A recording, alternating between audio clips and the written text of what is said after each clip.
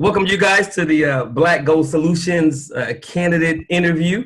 This week we're interviewing Brother Aswad Walker, who is a candidate for our media marketing and PR department for the upcoming Black Gold leadership election. And I guess we should just start with intros. I'm not sure if I should introduce. I guess I introduce everyone. Well, you guys can give an introduction. Okay, I introduce everyone. Well, you know, I'm Tamani. I'm the author of the new book, Black Gold Devalued, contributing member to the Black Gold movement. The sister on, well, she's on my left, I guess, on everybody's left. April Dean Hunter, she is my number 2A next to, after my wife, she's number 2. So only is number 2, she's number 2A. She's my go-to person for everything until Fundi Karima steps up, and she's going to be absolutely phenomenal. Brother Em is a brother that I met April through my cousin out of Atlanta. Brother Em, I think posted some things on Facebook. He liked what I was posting, and the spirit was there, and we hit it off. And brother's been the number 3 since then. And as both you, Cardinal Aswad, and Fundi Karima, as you guys know, good Black folk are hard to find that really want to do something and not just talk. And these two Africans have been absolutely fantastic, heaven sent, and they have been what I've needed to really make this thing happen. And we are looking for more Black people like that to make it work. So had the opportunity presented itself, they would have both been members of the Shrine. April would have been a Fundi, and Em would have been a bishop. And they are absolutely wonderful people. So it's been great. Cardinal Aswad, April and Em, you guys, I haven't said this, but his title, for me at least, as a member of the Shrine, is he is a cardinal in the church, which means he is at the very top of the, I guess, the ecclesiastical order of the church in leadership. So the brother is very accomplished. And as I said, he is one of those persons that every Black community needs. He's committed, he's dedicated, a beautiful brother inside and out. We are extremely blessed to have him be a candidate, and God willing, he will win this thing and he will lead us into the promised land. Everything he says is golden. Brother can do no wrong. Fantastic. Man, what a setup. Think he's in the Bible. What a setup. Yeah. As a matter of fact, am I supposed to release the dumb? As a matter of fact, if he comes on board, I can sit back and stop doing so much. So the brother's great. Buddy. And Fundi Karima, if and to be honest with you, April is she and Fundi Karima would be sisters in this struggle. They are so much alike in their commitment to the community and to doing good and to helping the next generation. As both you brothers will see, Em, as you've already recognized with April, you will see with Fundi Karima. And Fundi is just a title they would use in the church. It means teacher. Em, you will see with Karima. She's just like April. And Cardinal Aswad, you will see with Em. He is just like some of the other brothers that we met in the church. So that is everyone. I will turn it over to April. She'll give us, I guess, our technical breakdown as far as what we need to do and not do. And then Brother Em will take it from there with the questions. Okay. Good afternoon, everyone. Just real briefly, if you have your phone with you, if you can put that on silent, that would be great. Thank you, Tamani, for that reminder. All right, thank you. That's why I have my daughter call me as a reminder. Right, absolutely. And then we will be talking and having the interview phase for as long as it takes, 20 minutes or more. And then it will be followed by the Q&A session.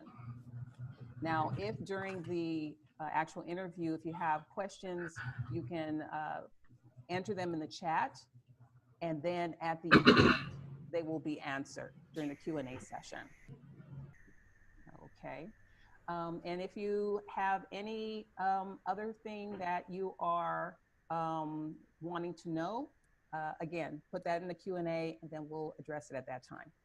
So thank you very much. Very good, very good. Hello, sir. How you doing? I'm good. Let's get this started. First of all, is there, you have many accomplishments.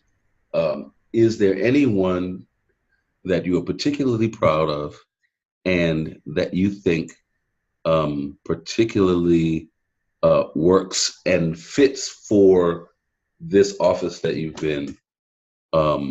you're a candidate for? Wow. I count as one of my biggest accomplishments is Mm-hmm. being a group leader for young adults in our church. Mm-hmm. In our church, we have small group ministries, and I had the opportunity to be a group leader of adults, of children. But I had this one particular, well, actually two particular young adult groups, one in Atlanta and one in Detroit. Young adults, today they'd be called millennials. Yeah. And I count that as one of my biggest successes because of really, I guess I'm cheating because they're such great people, Mm-hmm. and just where they have gone from those moments when they were, just so young, running around. They have blossomed in terms of leadership in the church or leadership in the community, I done can incredibly imagine. great things, and I'm probably taking way too much credit for their development because, like I said, they were just really great. They still are really great Sure. people. But that's one of the things. If it's not like my greatest personal accomplishment, it's one of those things that I cherish the most about. One of the things I cherish the most about my time here on Earth that I was able to at least play some role in their development. And the reason Absolutely. why that stands out is because, I just recognize just how important relationships are. And I've been insanely blessed with the number of people who have mentored me, worked with me when I'm up, when I'm down, etc. And so to be able to be that person for somebody else really means a whole lot to me. Okay. Very good. Good. A great answer.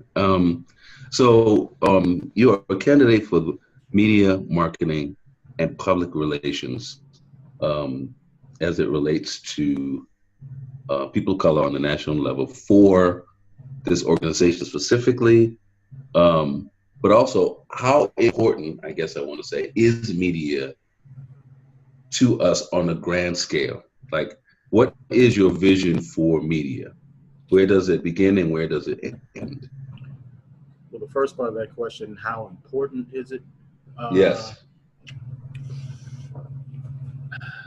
it's important because, like, when you look at our history, Mm-hmm. if you notice the women and the men who were the leaders of movements, um, Yes. all had direct ties to media. You It had did. Marcus Garvey with the Mm-hmm. Negro World, Du Mm-hmm. Bois with Crisis. Absolutely. Malcolm X was the editor of Muhammad Speaks. Ida B. Wells Barnett. I don't know if she ran her own paper, but she did. I know she did regular columns where she focused on the lynchings that were going on in this country. Mm-hmm. Reverend Albert B. Cleage Jr., the father of Black liberation theology, he gave birth to the Illustrated News. And so what you see with that is people of consciousness using the most cutting edge technologies of their day. At that time, it happened to be newspapers, Right. or it happened, and you can go back even further than them. You go back to David Walker, when he wrote David Walker's Appeal. He was using True. the book to project ideas to masses of people, and then he used other technologies. He used sailors. He ran that resale shop right on the Boston Harbor, and he Yeah. would recruit those sailors to come buy a coat, and he would sew in the copies of his book, which were illegal, and said, once you get Brilliant. to this port, once you get to that port, meet with this Yeah. person, and they will disseminate this information. And so over and over and Wow. over again, you have the people who were the most progressive, the most radical, the most self-determining, Yes. always using the media. And it would be insane for us to stop that Not tradition. to. Um, I would agree. we're using media right now. We're using, the whole virtual village space right now to even conduct Yes. this conversation. And so Right. just the way media has expanded is exciting. And one of the people on the call is Funi Karima, and she's been an advocate for the increased use of media in our church. Now, we haven't been as fast to catch on as she would like, but we're working on it. We're trying to pull people if necessary, but you have to do it because that's what people are. And that is what people are. That's what people are, and it's such a powerful opportunity to create community. Real community. I mean, we're living at a time where you literally don't have to be in each other's space physically to have a community or a communal experience and connect and bond with people. And Absolutely. so, you know, the sharing of information from a Pan-African, from a self-determining perspective, sharing information to fight against the demeaning messages that we get inundated with every single day. That's gold. That's Black gold. You have to use that. You have to use that vehicle to fight back. And so media is essential. And I don't know if that answered your whole question or not. It did. It did. It did. No, it Breach, did. It did. breach. It did. I was wondering. I also was wondering about in light of what you were just talking about. What do you think are the more because media right now is evolving so quickly. What are the more progressive sides of it right now? The things that you feel like we should be following that are evolving even as we speak into something that maybe we're not thinking about. You know, are we past all that we're doing now? Are we moving past Facebooking and tweeting and whatever we're doing right now into another paradigm? You know, or are we just here for a while? No, I think we're always moving and evolving.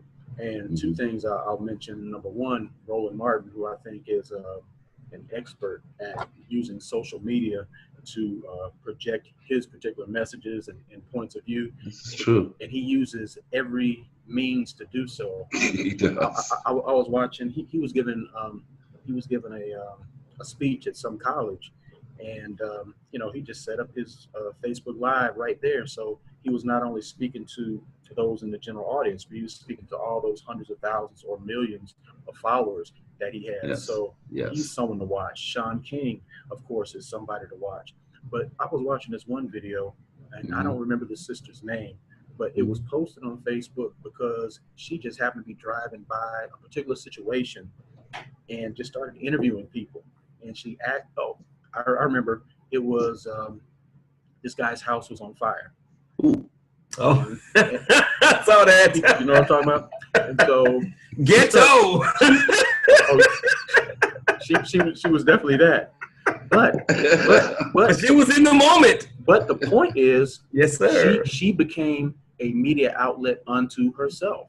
Yep. And Wow. that's really what Facebook and these smartphones and whatever allow us to do. So we got to figure out how can we do it smarter and better. Yes. But she's just Yes. one example of a person who saw something happening. She interviewed the person whose home was burning down, and she literally found out in real time that he was the arsonist who burned his own home. Oh, no.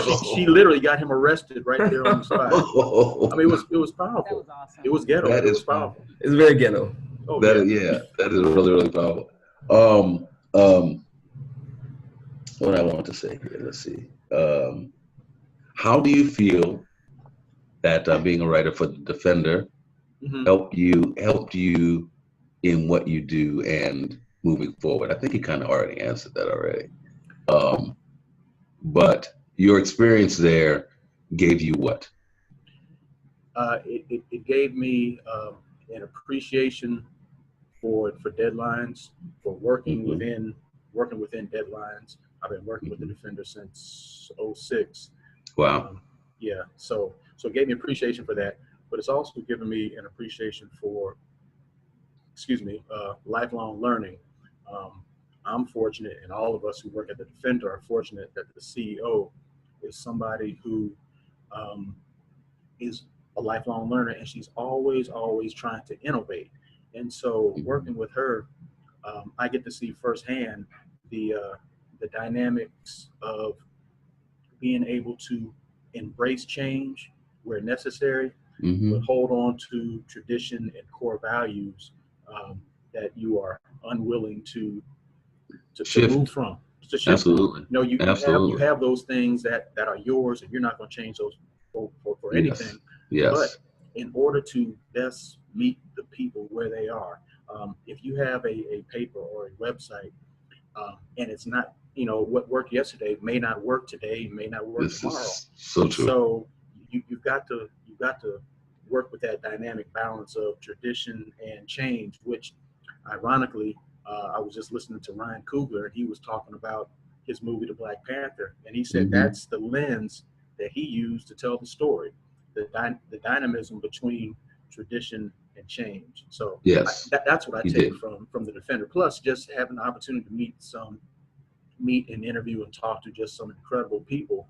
But that just reminded me that, you know, no matter how high up or, you know, bigwig these people are, they're just like me and you. They need affirmation.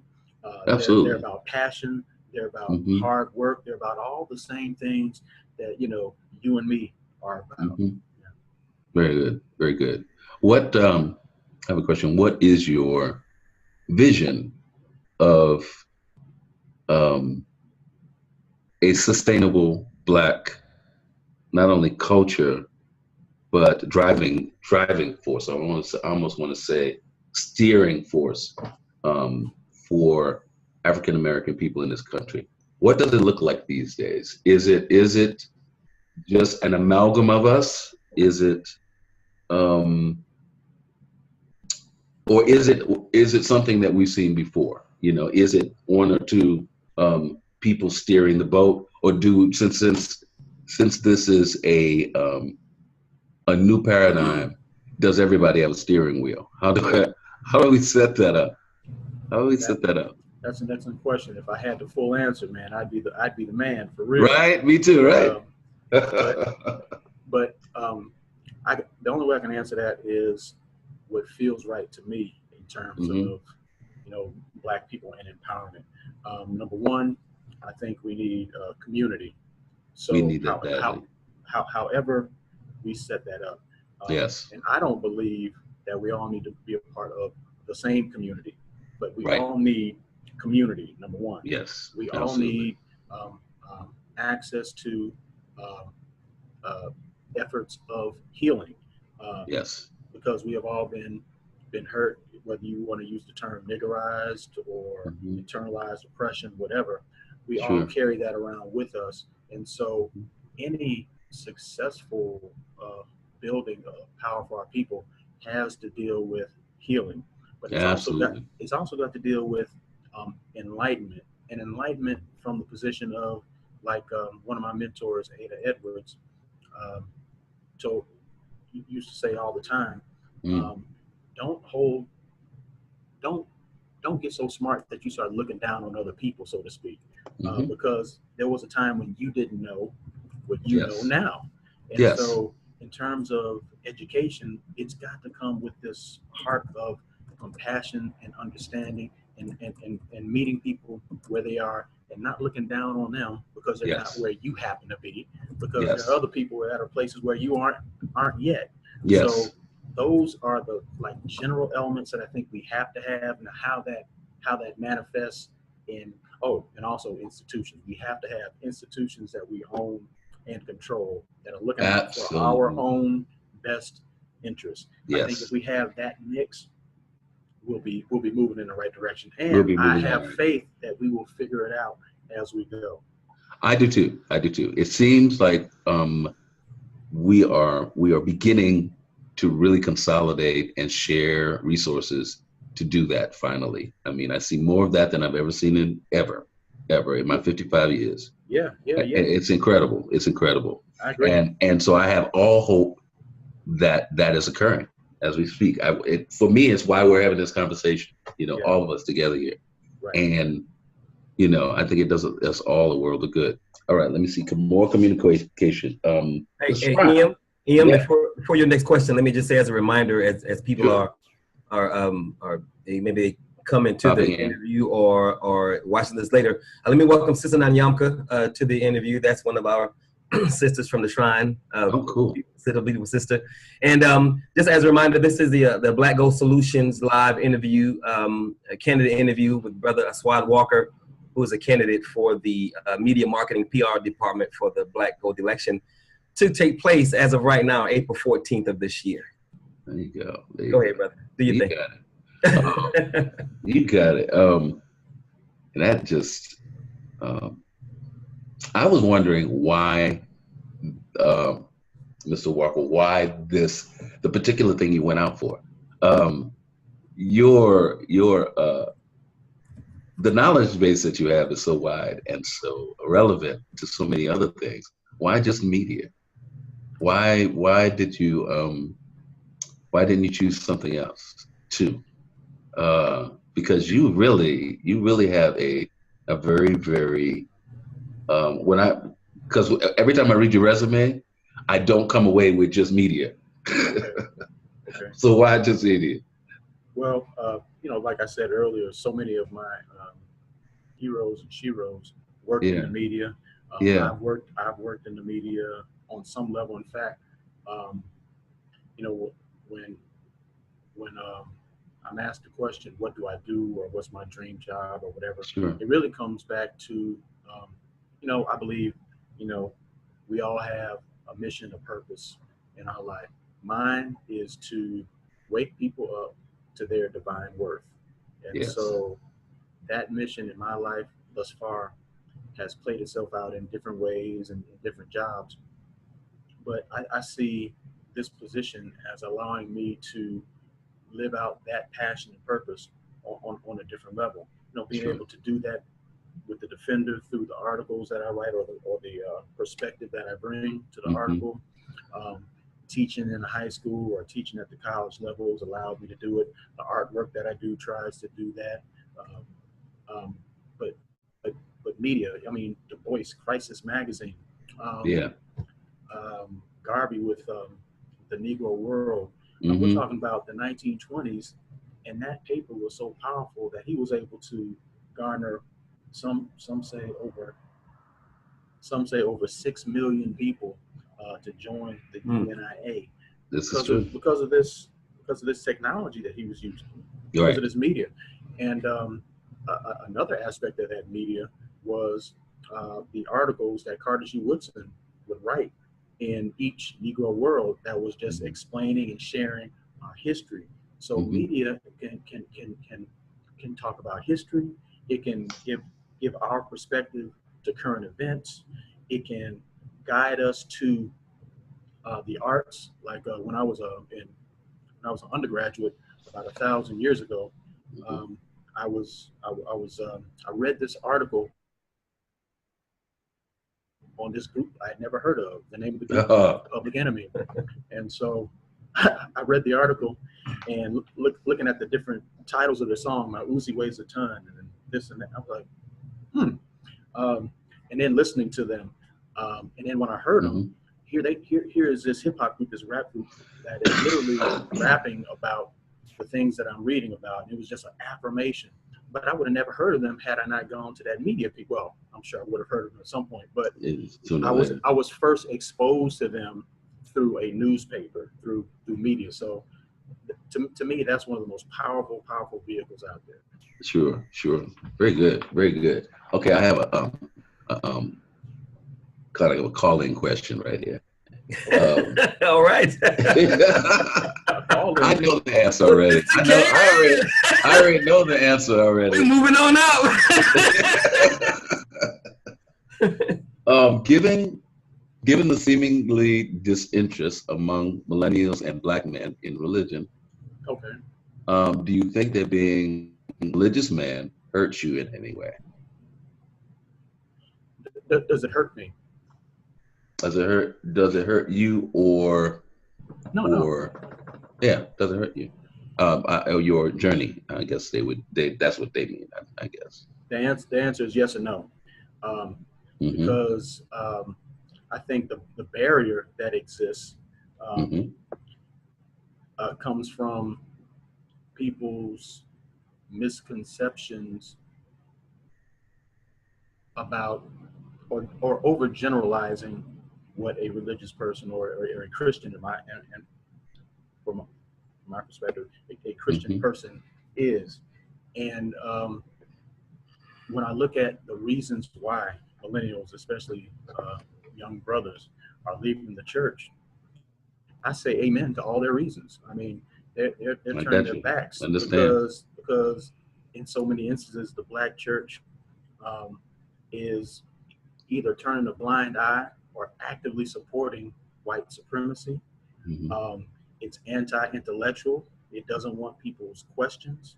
It doesn't want to take in new information and wrestle with it in different ways. It wants to offer easy solutions, just believe or faith. But that's not what faith is. Faith is hard, and it's wrestling with stuff every single day. And so, I mean, it's judgmental. It's saying this group over here is favored and is a part of the fellowship, but this group over here is not for whatever reason, whatever reason that particular church makes up. So I understand 1,000%. And also the fact that most Black churches just totally ignore our history. They don't make the study of our history, our historic struggle, part of being religious. And also most, not all, because there's some, but most don't make service, actual service, daily service, a prerequisite for being able to call yourself a true Christian or a true Muslim or a true traditional African religion. And so, but when I can have those conversations with people and they see that I'm rejecting the same things they're rejecting in the church, well, then we can have a conversation about, well, what does it mean to be a child of God? What does it mean to be Christian or Muslim or whatever? And we can have a conversation. But I fully understand why so many people are walking away. The danger of walking away, though, is as an African people, we are always stronger together than we are apart. And so when we're walking away, if we're not walking away to some other group or something that's going to feed our spirit, we're leaving ourselves in a precarious situation. And right now is literally the very wrong, the worst possible time to be a Black person out there by yourself. We need each other now more than ever. I'm trying not to preach whole sermons here. Go ahead, Doug. Go ahead. I'm a preacher, man. Do it if you gotta. Do it if you gotta. Okay, here's one. You've written several books. Can you tell us a little more of each? Sure. Weapons of Mass Distraction was a compilation of sermons that came out in 2004.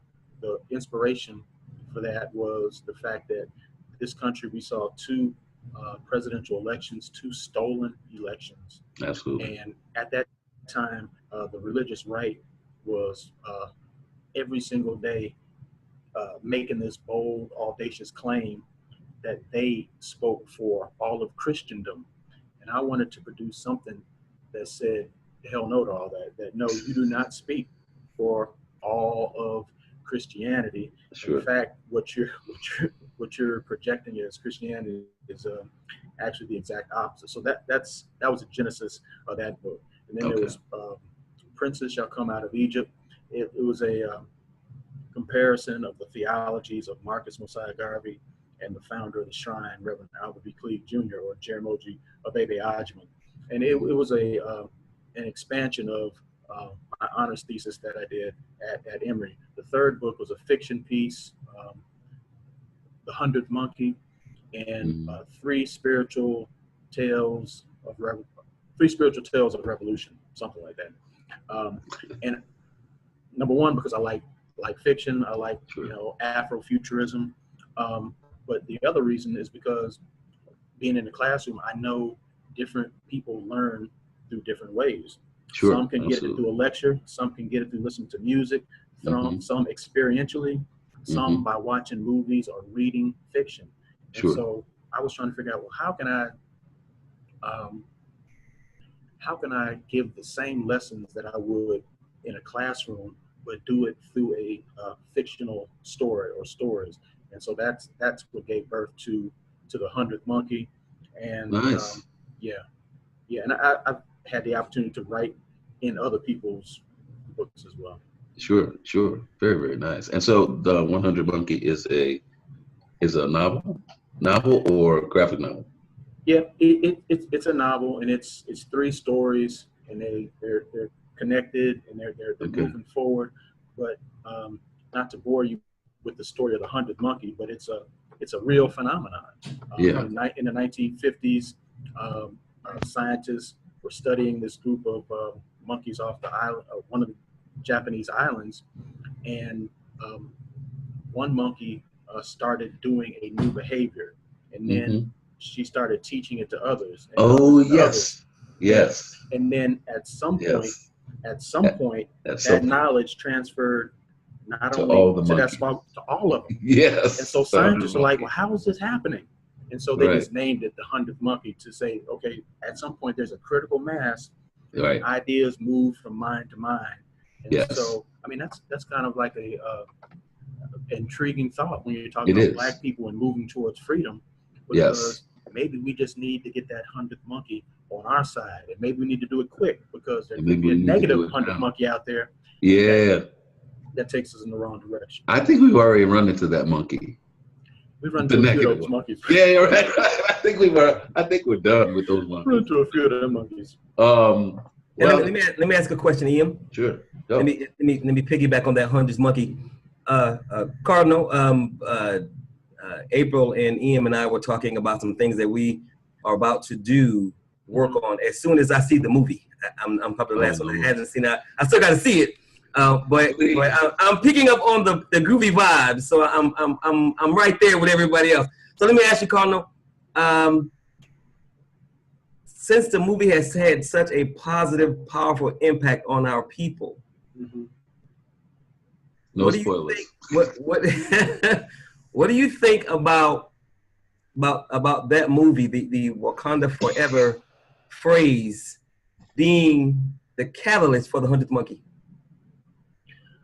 It very easily could. In fact, me and the presiding bishop, Jeremy Ojimili Kimathi, we were talking about that. He was saying, this might be that moment for Black people. You know how that racist movie Birth of a Nation in 1915 was that moment for white people to galvanize and organize around white supremacy. Sure. This could be that moment for us to say, you know what, we really need to take this empowerment, self-determination thing to a whole different level. Right. And that's why I posted the other day. The one thing I'm really loving is the dialogue that's emerged after the movie. Absolutely. I mean, some I agree with, some I don't, but Mhm. the beautiful thing about it is you have Black people talking about The conversation. which way freedom. Yes, We're sir. not talking about Yes, sir. we're not talking about the Real Housewives of whoever. Yes. We're talking about which way to freedom, and that's a Yes. powerful thing. That's You a powerful got one. people who,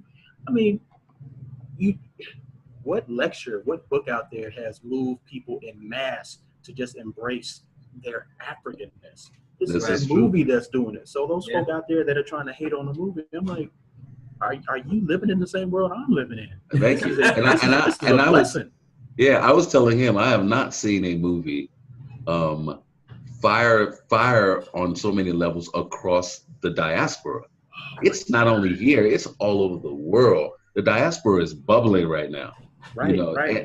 And cohesive in a way that in my lifetime I've never seen them, Which is why media is just that much more important. Yes, sir. Because we want to capture all that energy, but you can do it through media messaging, through Absolutely. Wakanda Forever. Absolutely. We're going to have Absolutely. a Wakanda Forever discussion. Absolutely. We're gonna have this, that, the other. And I will say this, because I'm a Afrofuturist, and I do graphic novels. And the reason I did them was because I felt that we were not projecting ourselves into the future enough. That we really needed to set a template for where we're going, and not I mean, also where we've been, but where we can see ourselves going. And we didn't do that. We just kind of followed someone else's template. Yeah. So I'm thrilled with this moment and feel like it can take us further. Oh, wait, this is my point on that. That it's not the end, but the beginning. because what it should do is it should inspire us to tell even more of our own tales that are even deeper than this one, because this one could have gone further. Yeah, You know that. the founder of our church would have loved you because he loved watching movies. Yeah. His biggest critique of black art is that it stopped at telling the story of right now, and it did not project where we wanted to go. Yes. And it's just so rare. I mean, the one sticks out to me is Erykah Badu's video for the song "Next Lifetime." That's one of the few moments where you see black people in some future, looking good and positive and self-determining. So yeah, I loved it. critical. Yeah. I loved it. I loved it. I loved it. And we need more of that. We need more of that. Amen. So those are my questions. Which thank you. You did amazing at. I think you covered a lot of bases. Tamani, anything you can think of offhand? No, I hid myself. How do I come back? You were right there. You can see you can see me? Oh, I can't see me. I hid myself. See you. There you go, right there. Well, I can't see me. What the hell? Right. Hold on. Hey, stop that laughing. All right, hold on. Mute, unmute, mute. What the? Oh, man, I can't see me. Looking like T'Chaka. I like looking at me. Hold on a second. Hey, Y'all see my wife right there? Y'all see Oni? Yes. Yeah. All right. Okay. Hey, Oni. She said nothing. She's smart. She can't see herself either, so she don't know that she's there. I don't know how you. April, how do I unhide myself? I'm not sure what you did. Yeah, just keep clicking on stuff. Let's speak your view. No, that's everybody. Are you on a desktop or a phone? Laptop. Did you look at the bottom left corner? Did you stop the video for you? No, it's still going. No, because I can see you. Everybody can see me except me. Yeah. Yep. I hit myself. It's not how like. Oh hell. Okay, I don't know where I am. I'm here in spirit. Yes. Okay, you asked me a question. What did you ask me? Oh, did you have any other Questions for Cardinal? Yeah. Oh yeah, I have one. Okay. With there being so many people who want to enlighten Black people and so many who are saying they have the ability to heal our people, where do we start and how do we ensure that we have the right people doing the right job? Is that too heavy? Yeah, that's too heavy. But I apologize. Well, deal with it. It's the nature of the struggle. I mean, the only way I can answer that is to share my own story. When I was out there searching for where I needed to be, I went and looked at different places. Okay. And I found the place where I felt most at home. And I think, we have to be trusting enough of the Spirit that, that same process will work out for other people. We may not see someone as giving an answer that we think is going to move us in the right direction. Mm-hmm. But we need to trust that, number one, we need to trust that people will be able to discern. But number two, we need to use media to give people the tools to discern. Okay. And I think that just calls, that gives even more of a clarion call for our work. Here are the things to look for. Now, that doesn't mean there's only going to be 2 or 3 options out there, but here are the things that you need to be looking for no matter where you go. No matter where you go, you need this, and this. And if they're not running with that, you need to ask yourself some questions. Very good. Very good. Question number 2. If money and time were not barriers, you had all the money you needed, and Leela said, Leela is his wife. Leela said, "Baby, go do it." And that's important. Yeah, amen. You gotta have your number 2. Got your back. So you had all the money, and your wife said, "Go do it." What would be your plan to develop, start, and run our own media empire? What are some of the first things that you would do?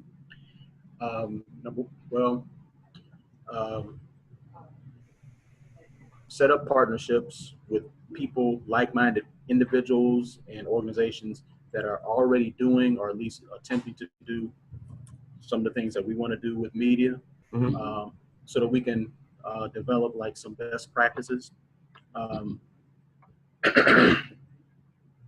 pull together a team, because we're stronger together than we are apart, and then start laying out a plan for all of the media outlets, the social media outlets, like how are we going to hit this, how are we going to hit that. And you said, with no boundaries, what does that look like?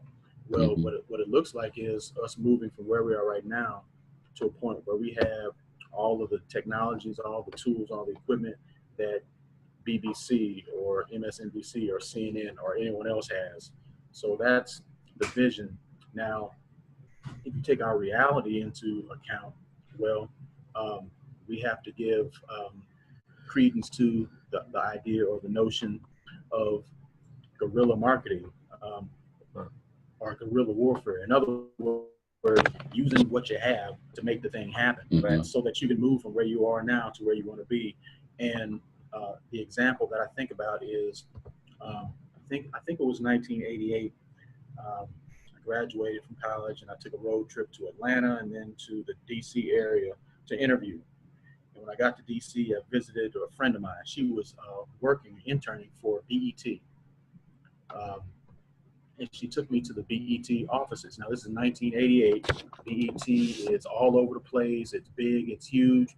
She took me to the office of BET, and it was in this little rinky-dink building. And it was just like a couple of offices in this rinky-dink, in the middle of the boondocks building. Right. And they shared office space with another major cable station. I can't remember what that station was, the Nature Channel or something like that. But that just showed me that it doesn't take a whole lot, right, to have a huge impact. Right. Sure. This is not a critique of BET, where they are, where they're going. That's not the point I'm making. Right. But my point is, they maximize that little stuff that they had to transmit their message globally. And I mean, it literally blew my mind when I walked into that place. I was like, this cannot be it. This BET. This can't be it. I mean, now they have their own big, BET flashy building and all that. But back in the day, it was nothing. It was literally nothing. And so I appreciate your question. But I appreciate it even more when I think about, okay, all the incredible things we can do literally right now to help us move to that point of, where we want to be. Yeah. Cool. Well, amen. Amen. All right. That's the only questions I have, so I'm good. All right. Anybody else have any questions? I do, but I would like to let everyone else know that I am unmuting them. So if they'd like to ask a question, feel free. Here, one more person I need to unmute. I barely hear April. Can you hear me? Barely. Yes, but just barely. Your voice is light. Light. There you go. There you go. Speak up. Pretend you're black. Okay. All right. A couple of questions. I wanted to know. There you go. Enunciation. Projection. Okay. Would you say that you use media marketing in your day-to-day activities, in your work? In what I do for the Defender, writing and photography, uploading to our website, I do that all the time, and then I share things on a regular basis. In this particular job right here at Texas Southern, at least right now, not so much, but we will be in the future. For the church, Karima has been our leader in terms of using technology and using social media. And I mean, I like to think that I've been a help to her in some way, at least supporting her in her efforts to devise the virtual village for our church so that we could stream all over the place, so we could share information. We still got a long way to go, but I try to help her out in those little ways that I can. And every Friday on Facebook, I do a conscious conversation, and that's just trying to use the social media to continue the conversation that we may have been having at church or here, there, wherever, to continue that conversation on beyond the church walls and beyond the Sunday. Nice. Great, thank you. And then I wanted to know, and you may have answered this in another way, but you're talking about us as a Black community having various communities or various sections or parts of our community. With the use of media and marketing, how would you approach with these different factions of our community? How would you have a single put a single message out there? There's Dr. Maulana Karinga sought to do that with Kwanzaa. It was all about saying, okay, from his perspective, the biggest challenge to Black people was an issue of culture. We are allowing the negative aspects of our culture to kill us and ignoring the positive aspects. So he used the vehicle of Kwanzaa to try to promote those seven principles, the Nguzo Sabah. And I think that's what we would have to do as well. We say, okay, these are some non-negotiables. Like for us as a people, these are non-negotiables. Now, we're not trying to tell you that you need to be Muslim, Christian, Buddhist, whatever. We're not trying to tell you you need to be part of this organization or that organization. But these are the 5 or 10 non-negotiables for Black people who actually care about the current and future realities for our people. And messaging that could go a long way. I can't remember if it was Brother Ian or Brother Jamani's idea, but messaging that, connecting that message to that whole Wakanda forever, I think is brilliant. Because we're talking about Wakanda forever. Well, let's look at Wakanda back in the day when we were doing our thing in Kemet and Nubia and Ghana, Mali, Songhai, and then let's talk about how we can rebuild that right now. I don't know. Did I answer your question? Yes, you did. Thank you so much. All right. Now, on that note, actually, I have a question. Is this rebuilding? Is it a virtual community or is it a tangible community? I think it's both and I think the virtual leads to the tangible. And back and forth. Oh yeah, definitely. Yeah, Definitely back and forth. But absolutely. I don't think we can ignore one or the other. I think we have to recognize that we need to both. Need both. Yeah. Yeah, I would agree. Yeah, absolutely. Anyone else? Hey. Karima is very contemplative. I know, right? She's like, she's over there. She's about to let us have it. Look, I'm gonna leave you off the hook. That's why I have. You got it. Thank you. Okay, well, let me ask Fundi Karima a question. Okay. Since she is very, very, very, very, very pro technology. Fundi Karima, where do you think? What are some of the critical pieces we need to have in place to launch our own media channel? The first step, so to speak. When you say media channel, what are you referring to? Are you talking about having a Black Gold Nation TV? Yes. About utilizing the resources that are available initially to get started with building the group, forming the collective. So I'm saying if you look at TV One, the station that got rid of Roland Martin, I'm saying we need to have our own media that's owned and controlled by us. That's not going to get rid of our Black excellence for whatever reason. So what are some of the first things we need to do to move in that direction of having our own media outlet? This is going to sound really weird, but it makes sense. You have to identify sources for capital. You're going to have money, because what I'm finding is that as much as we want to, we are down for the upliftment of Black people, and we want to, capitalize on the energy and movement that has been created by this movie, Black Panther.